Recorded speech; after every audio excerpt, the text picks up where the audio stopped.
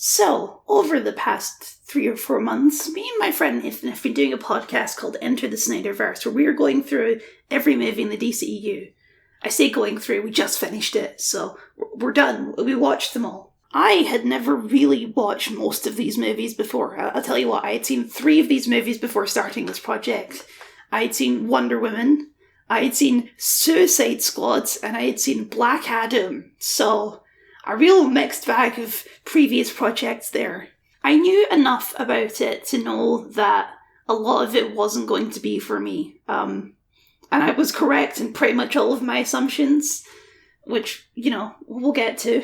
But now that it's all over, it's officially dead, we're entering the Gunverse or whatever, I thought it was time to see what all the fuss is about, because I like comic book movies. I'm a big fan of the MCU. It's only right that I should check out the competition, But what better to do now that I have watched every movie in the DCEU than to rank it in a big list? That's what you do on the internet, isn't it? So, for your viewing pleasure, I have compiled a list of 20 movies to lists, from worst to best. You'll notice, if you're observing, that 20 is more movies than there is in the DCEU, and that's because we threw in a couple extra movies there, so some other DC movies that came out at the time, like The Batman. So, I'm just factoring I'm just factoring those in as well. So without further ado, let's just get into this, because otherwise this video is going to be 1,000 years long. I'm going to start this one off really controversially, because number 20 is the movie Joker. Is there technically worse movies on this list than Joker? Yes. Is there movies I hate more than Joker on this list? No.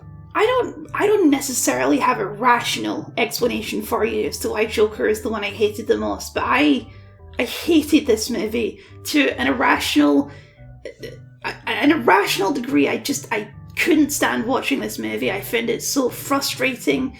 I found it all to be just pretentious, whiny nonsense. It's aiming to have some sort of message, but there's just nothing actually there. It's all completely shallow. I hated this movie. I don't like it when movies like this feel like they're too proud to be silly comic book movies or whatever. Like, this isn't a comic book about a Batman villain. This is a serious critique of the mental health industry. And it's like, no, it's not. It's not. It's about the Joker, one of the silliest characters in all of comic books. And it doesn't matter what you do. You can't make this into some sort of serious message film. It just doesn't work. Now, because of this podcast, I'm gonna have to watch the freaking musical sequel coming out in a few months. I can't wait. It goes without saying, because, I just mentioned the podcast I've been doing for the last 4 months, but if you want to hear my expanded thoughts on any of these movies, just go listen to the podcast. Nathan loves this film also, so if you want a contrasting opinion, you can listen to him. Did that piss enough people off? Because number 19 is Batman v Superman: Dawn of Justice. The first 7 movies of this movie are really good. The parts where you've got Bruce Wayne in Metropolis at the end of Man of Steel, and he's trying to rescue people in the rubble and all that, I think it's really interesting and intense action sequence that is a really good motivation to understand Batman's arguments for the rest of the movie. The problem is the rest of the movie. This movie is such a mess. It suffers a lot from the whole, we gotta rush, we gotta get to Justice League, we gotta catch up with Avengers, so just throw everything in there. We're gonna do a Batman v Superman movie before we do a Batman movie. We're gonna put Wonder Woman in there. We're gonna put Apocalypse in there. We're gonna kill Superman. We're gonna do all of this nonsense right away, and it doesn't come together. It doesn't work. It's just not a very good movie. Jesse Eisenberg, Lex Luthor, is awful, and I hate him. I know that's not a very controversial opinion, but he's just this omnipotent super genius who knows everything, but he's crazy and kooky, and it's just bad and obnoxious to watch. And of course, Martha. It goes without saying, Martha. Number 18, Wonder Woman 1984. This movie is really, really uncomfortable. It's such a shame too, because without spoiling too much, the first Wonder Woman is much higher on this list, because that's a great movie. But this movie is just bad. it's really poorly thought out and written, and all of the stuff with Steve Trevor like possessing this guy has this really like weird, creepy undertone to it, and the rules of the bad guy don't make any sense, and they go to the Middle East for half the movie for some reason, and they build a wall, and it's just a whole bunch of nonsense. Pedro Pascal is really good in it though, so you know that's nice. Number 17 is The Flash. This movie is such a mess. I'm just gonna ignore all the Ezra Miller stuff, okay? That can't not factor into my thinking, but I'm not factoring it into my placement on this list. I just genuinely think the movie is quite bad. It's like a lot of these movies where they're just like, just shove a bunch of shit in there and that'll make the movie better somehow. Let's take in Michael Keaton Batman and Supergirl, who we've not introduced before, and Zod from Man of Steel, and we'll just jumble them all together, and that'll make for a good movie because it's a bunch of stuff. And the more stuff you put into a movie, the better the movie is, right? And obviously, like, the ending is awful, with like CGI face and Nicolas Cage and Christopher Reeves brought back from the dead, and all this crap. It's just not a very pleasant viewing experience, and it's so long too. It's such a long movie. I promise, like, I do like some of these movies, okay? It's just there's a lot of schlock we have to get through first.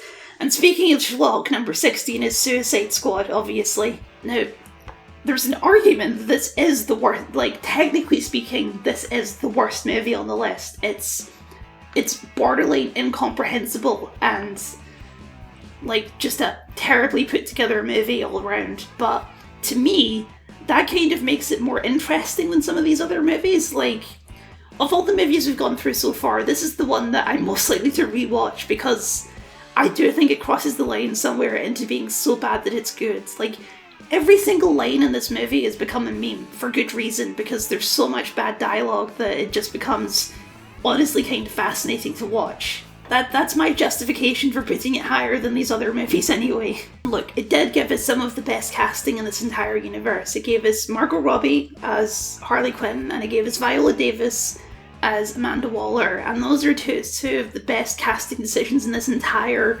phase of DC. So that's something the movie's got going for it. But, you know, just the idea that your third movie in this universe is going to be Suicide Squad, like, so much of this universe screams of rushing out to beat Marvel, and that's what all of these universes were trying to do, and DC is the only one that actually made it for the long haul, but it's still not good at it, and it showcases a lack of planning or care about what they're doing here. Speaking of a lack of planning and of care that they're doing, I can't keep doing this smooth transition between all of these. Anyway, what number is this? Number 15 is Justice League. So on our podcast, we decided to split Justice League and Zack Snyder's Justice League into two separate podcasts. And, you know, with good reason, because even though, like, at their core, they're like the same movie, they are very different projects. And, wow, this is bad. It's the peak of that corporate panic of, well, people aren't liking what we're doing, so bring in the Avengers guy and make it like an Avengers movie. And it just doesn't work. The movie was clearly not set up for this kind of tone, this colour grading, this face on Superman, and it just doesn't come together well. Steppenwolf in this version of the movie is a joke. He's just a guy who's always screaming about his mother. He wants to talk to Mother, and he's not threatening, and the quips are all terrible. Batman has so many bad quips, and he also, like, his face changes between shots because there's clearly reshoots from like months apart where it's all just a big mess. It's a fascinating movie in that regard from like a what happened behind the scenes filmmaking point of view, but to actually watch it, it's just not a very good time. Number 14 is Man of Steel. We're at least at the point now where we'll call this the cut-off point, where the movies beyond this point I don't think are like irredeemably bad. This one, it's more like, I can see why people like this movie, I understand it, but it's not for me, I'm not a fan of this grungy reinterpretation of Superman. I don't think that works for what the character is. I really don't care for all of the Jesus analog stuff. I find that just annoying. And there's a lot of like the Zack Snyder isms in this movie, which I'm not a big fan of. But there's at least parts of this movie that I kind of like. I really like Michael Shannon. Zod is very good. Much better than he was in The Flash. I think Henry Cavill had the potential to be a good Superman if they ever gave him some nice Superman-y things to do. I like Amy Adams as Lois Lane. I think she's one of the best parts of the movie. But overall, I just don't think it comes together very well as like a solid, enjoyable movie. I don't feel like Clark has much of an arc in the movie. Obviously, Paquin's death is really silly. Like, if you're into the grind, if you're an edgelord, like Nathan, then I'm sure you would find something in this movie that I don't find. Number 13, Black Adam. The hierarchy of the DC universe is about to change. Remember all that? Remember when The Rock was going to take over the DCEU and build an entire phase of the DCEU around Black Adam? Oh, those were the days. This movie's just kind of dumb. Black Adam is not a very compelling character to have this whole film around. I would much rather watch a film about the Justice Society. It's got that contract Fast and Furious problem where these actors aren't allowed to lose fights. This is like a behind the scenes thing with The Rock. He has it in his contract that he's not allowed to be seen on screen losing a fist fight, and if they're in a fist fight they have to throw an equal amount of punches and all this.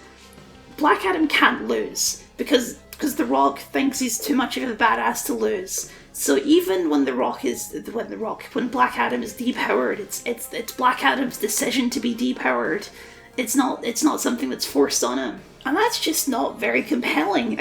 There needs to be a risk that the main character could lose for them to be any interesting conflict in the movie. But at least we have Pierce Brosnan as Dr. Fate to entertain us, so that's something. And a kid on a skateboard who fights demons, because this movie's just very silly. And I'm not saying being silly is bad, I just think the rest of the movie's not very good. Number 12 is DC League of Super Pets. So, let me tell you, as we were going through the podcast, we kind of threw this one in as a joke, sort of, because if you don't know, there's a cameo of Black Adam in this movie, where The Rock plays Black Adam. The Rock also plays Crypto, the super dog, in this movie. And he also plays Black Adam's dog. So there's a scene where 3 of the 4 characters in the scene are voiced by The Rock. And we were like, well, you know what? It's a movie that came out. It's got The Rock in it as Black Adam. It came out before Black Adam. So let's throw it in the list. Maybe it'll be funny. And the truth is, it's just a very boringly competent kids movie. And there wasn't that much to say about it. So, it's fine. We were not the target audience. It feels a bit silly to get super mean about, jokes aimed at kids being bad because, they're aimed at kids. I'm not a kid. That's fine. The Turtle's the best character, though. Number 11 is Zack Snyder's Justice League. Okay. Is this an improvement on the theatrical cut of the movie?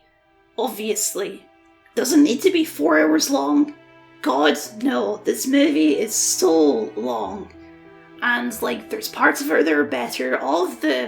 Of the Zack Snyder entries into the DCEU, this is obviously the best one. But there's a lot of stuff I would cut. There's a 10-minute scene where they fire an arrow, and we don't need any of this. I find the whole 4:3 aspect ratio thing kind of pretentious. I'm not a big fan of Zack Snyder's style when it comes to these movies. I prefer a bit of colour in my superhero movies, and he's all about this drab, darkness, which is just doesn't appeal to me. The whole direction they were going with evil Superman and taking over the world, it's boring to me. I don't really care about evil Superman. That idea just doesn't really strike a chord with me at all. And you know what? It's better. It's better than Justice League, but I wouldn't choose to watch it again, probably, because it's 4 hours long, and I'll be honest, for a lot of that I was quite bored. But, It's a more competent film than a lot of the films on the list previously, so at least it's got that going for it.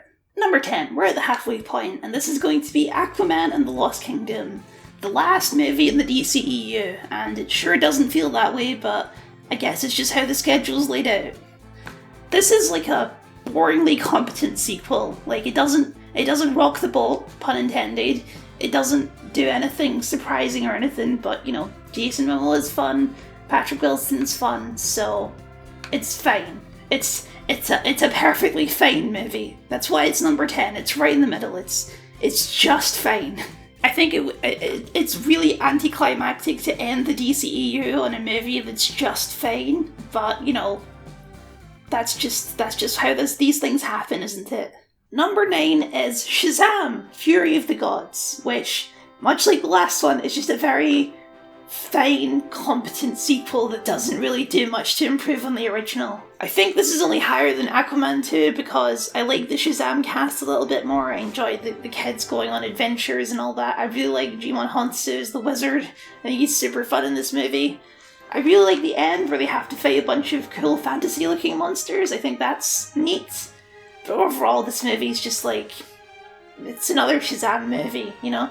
It doesn't do anything all that remarkable or special. And yeah, the fact that a 20-year-old turns into a 40-year-old is starting to be a bit weird. I think the sequel was like too little too late. They should have made this movie like a year after the first one and not 5 years after the first one. 4 years, I think.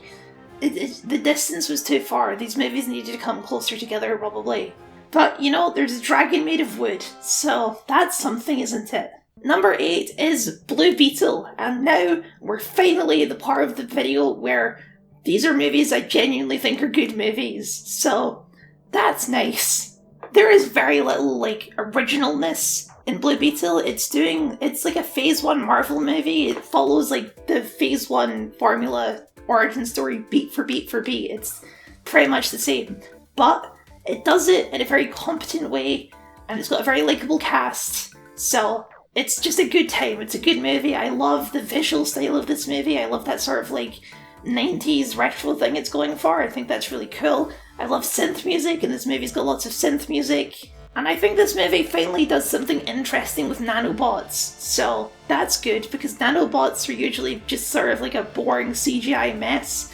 But this movie, they're doing all sorts of creative stuff with nanobots, and when he first puts on the suit, it's like a horror movie, and that's cool.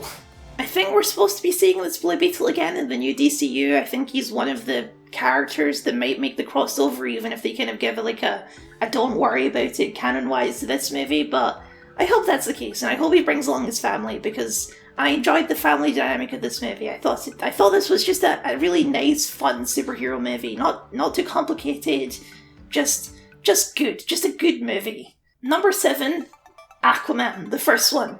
This is another just fun movie. It's quite silly when you kind of start analysing the details, but it's got so much interesting stuff in it. The visuals of the underwater stuff is great. They just decided, like, we're just going to put an entire fantasy kingdom underwater. It's going to be like Lord of the Rings down there. And I think that's great, and I love that they just fully committed to that idea. I think this movie has a lot of really cool visuals in it, like when they're swimming down the trench with the red flare, and it's all like the millions of monsters. That's all super cool. Jason Momoa is really charismatic as the lead. I think him and Amber Heard have like good chemistry, and they make a good pair in the movie. It's a fun time movie, and again, it's not doing anything particularly deep or interesting, but it's a fun time to watch. And it really makes you wish that they did more with Jason Momoa in those Justice League movies, but he really doesn't do much there. But here as the lead, he gets a chance to shine, and I appreciate that. Number 6 is Shazam, the first one. I think this movie is great. This is probably the funniest movie on the list. There's a lot of really clever jokes mixed in with a lot of really silly jokes. I think the initial premise is just a perfect opportunity for comedy. I love how like fake Zachary Levi looks in this movie. He has like the really like crisp hair and like the obvious like padded muscle suit. He looks like an action figure brought to life, and that's perfect. It's exactly the look it should be going for, because you know these powers are kind of like fake. He didn't have to train for them anything, he just got them. Obviously the villain is extremely generic, but Mark Strong is hamming it up, and that's good. And the design of the 7 Deadly Sins is pretty cool, even if they don't really do anything with their sins. But, you know, it's just a fun movie where the villain doesn't really matter as much, because it's more of a comedy movie than it is about like a traditional serious superhero movie. And I think the emotional beats with Billy and his mum and his found family and all that stuff, I think that really works and really comes together and gives the movie more of that like emotional edge than you get in like a pure comedy. I think Shazam 1 is a really solid entry. Sounded like I was going to say more there, but that was the end of the sentence. I don't know what happened there. Into the top 5 now, starting with number 5, The Batman. This movie is really, really good. This might be the best live-action Batman movie. The style this movie has, and it's so like deliberate in everything it's doing. There's some parts you could maybe cut, but overall, there's so much of just like existing in this world that they've created that's really interesting. I think Robert Pattinson is a very different take on Batman, and specifically on Bruce Wayne as the sort of like angsty, edgier Bruce Wayne that we don't really see in the movies that much. But I think for what this movie is going for, it really works. And when we initially saw like production stills, I was like, I don't know about this suit, but actually seeing it in person, I love the suit. I think it looks great. I think like whatever the second movie is going to be is going to just make some few tweaks to this suit, and it's going to look amazing. I love the big collar. I love the silhouette it gives him. I think the action in this movie is really good. I think all of the cast are really good. It's got some really strong acting moments and characters. I think the Riddler, this take on the Riddler is this weird sort of like 4chan killer type, is really interesting. It's just a really solid movie. It's really striking, and it does style in a way that's not like, that's different from Zack Snyder. This movie is like dark and grungy, but it's still got colour. Specifically, it uses a lot of like red highlights in a really striking visual way, which I think is interesting. I think personally, I would cut the last half hour of the movie where Gotham floods and all that. I don't think you need any of that. I think that's there to kind of like spell out the themes of the movie for dumb people. But, you know, it's still there's still some good moments in there, like where he leads the flare and he's rescuing people and Batman becomes a symbol of hope. That's all good stuff. I love that Batman doesn't kill anyone in this movie, because Batman shouldn't kill people. I didn't mention that in Batman v Super somehow, but Batman kills lots of people in that movie, and it makes me upset because Batman shouldn't kill people. But yeah, overall, this is just a very solid movie. Number 4 is Wonder Woman, and I said this on our podcast at the time, I think this is the most important movie that the DCEU produced, because it is the first successful female-led superhero movie, and it kind of opened the gates to... There's a lot of movies that I don't think we would have without this movie. I don't think we'd have a Black Widow movie. I don't think we'd have the Captain Marvel movies. I think this movie, like, it was the proof to executives and stuff that people will still go watch a movie with a female superhero, and that seems obvious to me and you because we're normal people, but you know, those old weirdos that are in charge of studios, they don't think that way because they look at like Catwoman and think the problem was that it had a female lead and not that the movie was trash, right? But beyond that, this is just a really solid movie. I think this is Gal Gadot's best performance in the entire DCEU in this movie. All of the Themyscira stuff is super cool. Chris Pine, obviously really good, and their chemistry together is really good. I love the use of colour in the movie, how Themyscira is this kind of magical, colourful wonderland, and you get to the grimy World War I world and it's all just grey and horrible.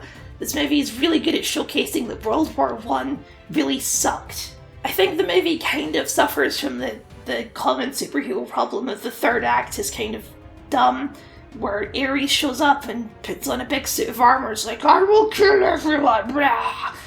Which, you know, the movie didn't really need, and it kind of works against the themes of the movie in some way, but other than that, I think this is a really solid watch, and just a really well put together, competent movie, and I don't understand how Wonder Woman 1984 was so much worse. Like, because this movie is such a solid foundation, and it was also the first movie in the DCEU where everyone was like, oh yeah, that is a good one, and everyone could finally agree that one of these movies was good, so that's nice. Number 3 is Peacemaker, the only show on this list, but God, it's a good show though, isn't it? I think John Cena is really, really, really good in this. I really like that John Cena as an actor isn't afraid to be a joke, because there's a lot of like modern action heroes where you can feel a lot of ego in there, where it's like, oh, you know, I'll cry, but only if it's like a dramatic, serious moment, whereas John Cena, he's not afraid to look like an absolute idiot in the show a lot of the time. There's a fight scene in the first episode where he's just in his little in his pants, and he's just fighting, and there's a scene before that where he's doing karaoke in his pants, and there was no ego there, right? He understands that this character is more compelling and more interesting if you let those more human things come out. And it's just a really good show. It's funny. There's some of that like James Gunn dialogue that goes a bit too far sometimes, but overall I think James Gunn is a good writer for comedy. I think all the supporting cast are really good, especially like Vigilante is a really weird and interesting character. But Peacemaker's arc throughout the show is interesting. This guy who kind of realizes that he's a screw up and he has to kind of learn to be better than that in this sort of sci-fi invasion without spoiling too much. But yes, Peacemaker is a really solid show. And of course, part of the reason it's so solid is because of number 2, The Suicide Squad. It's still a pain in the ass that we didn't give this movie a subtitle or anything, so we've got Suicide Squad and The Suicide Squad, and one of them is garbage and one of them is amazing. This movie does everything right that the first movie couldn't quite figure out what to do. It's like, it's a second attempt that understands the premise of the Suicide Squad and how to use these characters properly and have an actual arc, and it's funny, and it's got some really good action moments. It's just a really, really solid movie with characters that you actually care about, even if they're like really obscure, like Peacemaker or Bloodsport or Polka Dot Man. It made me care about Rick Flag. That's really impressive because I didn't at the end of the first movie, but in this movie I'm like, oh no, Rick Flag! He died, and that's sad. You can tell that everyone had a really good time making this movie, and it all just comes together to make like a genuinely like funny, gory sometimes, but emotionally resonant movie, and it's just really good. There's not really anything negative I can say about it, and I don't want to spoil too much of it, because if you haven't seen it, you should just go watch this movie. It's excellent. And of course, that means there's only one movie left for number 1, and this is going to be controversial, but I mean, if you can do math, you've already figured out what it is, because it's Birds of Prey and the Fantabulous Emancipation of One Harley Quinn. I don't care what anyone says, this movie is phenomenal. I love it so much. I think Margot Robbie was born to play this role. She is absolutely flawless in this. She is so compelling as a main character. I think the rest of the Birds of Prey are really interesting too. I think it all comes together there's some really good fight scenes in this movie. I love everything that Ewan McGregor is doing in this movie. Is this weird like gang boss who doesn't really want to be a gang boss, but he's kind of putting on this mask because he's Black Mask, and that's symbolism. I love how like grown up this movie is. This is a movie for adults, in like a similar sort of like Deadpool way, but not quite as like immature as Deadpool. 13-year-olds will laugh at Deadpool. I don't know if 13-year-olds will get the jokes in this movie. They're a bit more like it's raunchy jokes for grown-ups. I think that egg sandwich looked so tasty, and I understand the tragedy of losing that egg sandwich. I really do. And I just don't have a bad word to say about this movie. I love it. I think it's so fun and so interesting. I don't know how it got made, but I don't care because it's really good. And I understand why people wouldn't like this movie. Like, I get it.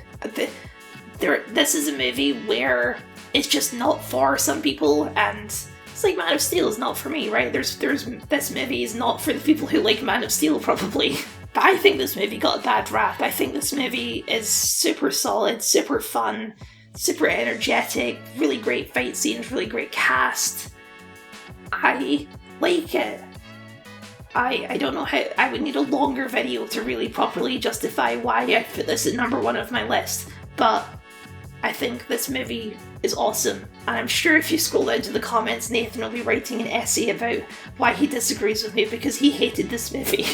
And yeah, that makes my list. So, I'm sure you disagree with all of it because you're an individual person with your own thoughts and beliefs, and I would be very curious to hear what your list was, because I think the DCEU is such an interesting project all around.